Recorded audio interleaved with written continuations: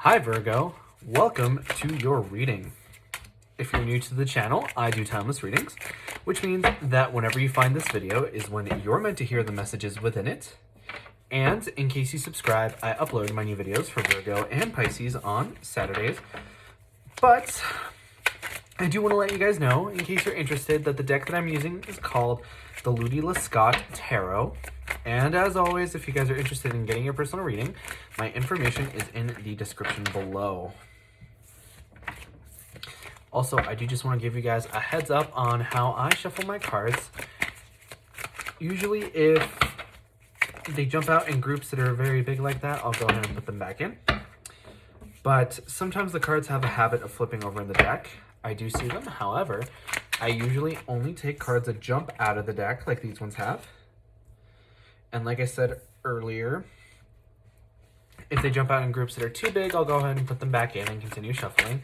But my main goal here is to get you guys roughly 8 or 9 cards, and then we can get started on your reading. So Virgo, it looks like we have 7 cards, so I'm just going to keep shuffling, try to get 1 or 2 more cards, and now we can get started. All right, Virgo, so I do just want to give you guys a quick reminder that in case you enjoy the reading, the best way to let me know is by leaving a like or a comment. But your overall energy here is the World card, which with the World card, that tells me that you guys are really entering a new stage in your life, right? And things are changing. Your paradigm is shifting. I think that you're really starting to have a new outlook on the world, right? And this to me is sort of has that feeling of starting over. It feels like everything that you've sort of worked up to this last recent stage of your life is kind of completed, right? And Virgos have sort of that tendency to be very perfectionist and very completionist. So I think that for a lot of you guys, you've really spent a lot of time in the last stage of your life really honing your craft, perfecting everything as much as you can, getting everything right down to the nitty gritty. And now I feel like you're ready to move forward. And it's very interesting here because we have this dichotomy of the Three of Pentacles with the Ten of Wands. So the Ten of Wands is a card about having to do everything by yourself, right? It's an energy of not really receiving any help from anyone. As you can see in this picture, this person is all by himself and he's fending off these 10 wands, right? And honestly, now that I look at it, it almost looks like it's some kind of a machine or something that he's pushing. But the imagery to me feels like some kind of a fight, some kind of a battle.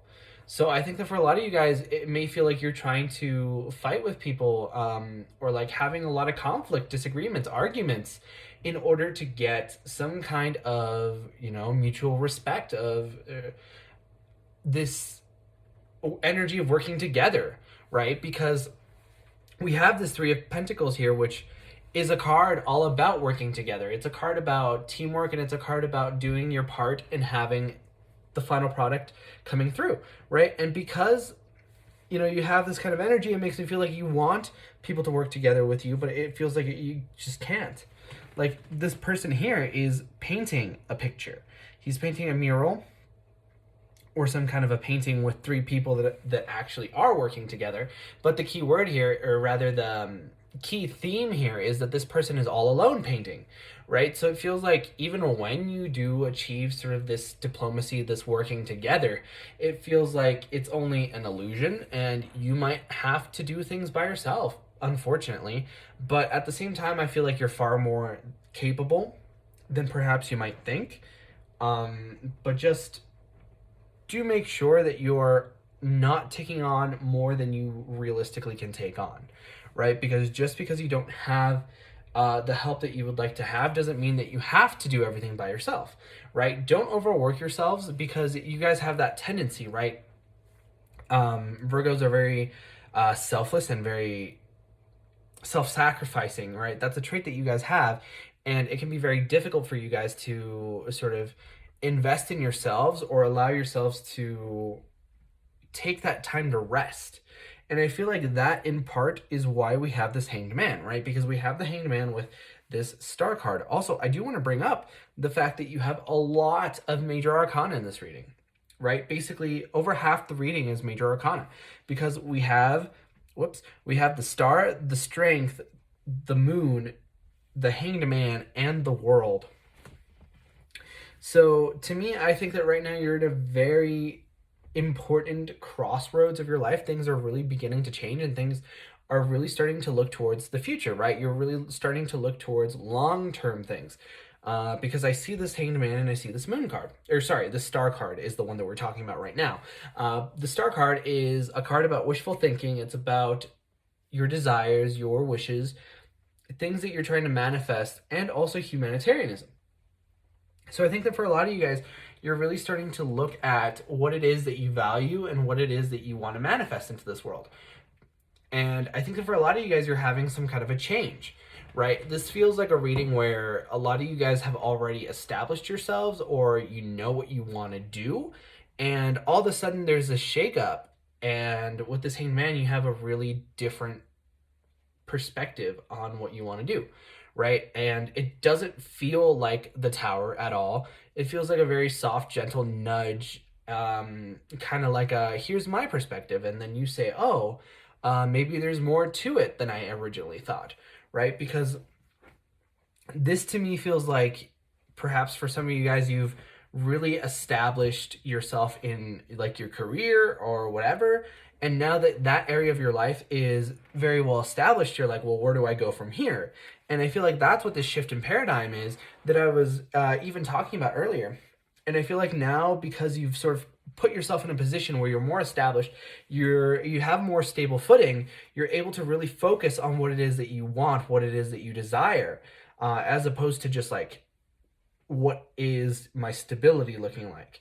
Now you're thinking big ideas instead of like small details and logistics and those kinds of things, right? And I feel like this Strength card here is really asking you to dig into that deep feral primal force of you, and take a lot of action right now, because I see this Two of Swords in reverse, right? And the Two of Swords is a card that's all about impasses, stalemates, indecision, not knowing where to move next, right? And I feel like you have this dichotomy here again of the Strength card, which is very decisive, very strong, very like the Strength card is very much a shoot now, ask questions later kind of a card, whereas the Two of Swords is a card about analysis paralysis, right? Like this is more the perfectionist energy in you, and this is more the energy that you have to embody right now.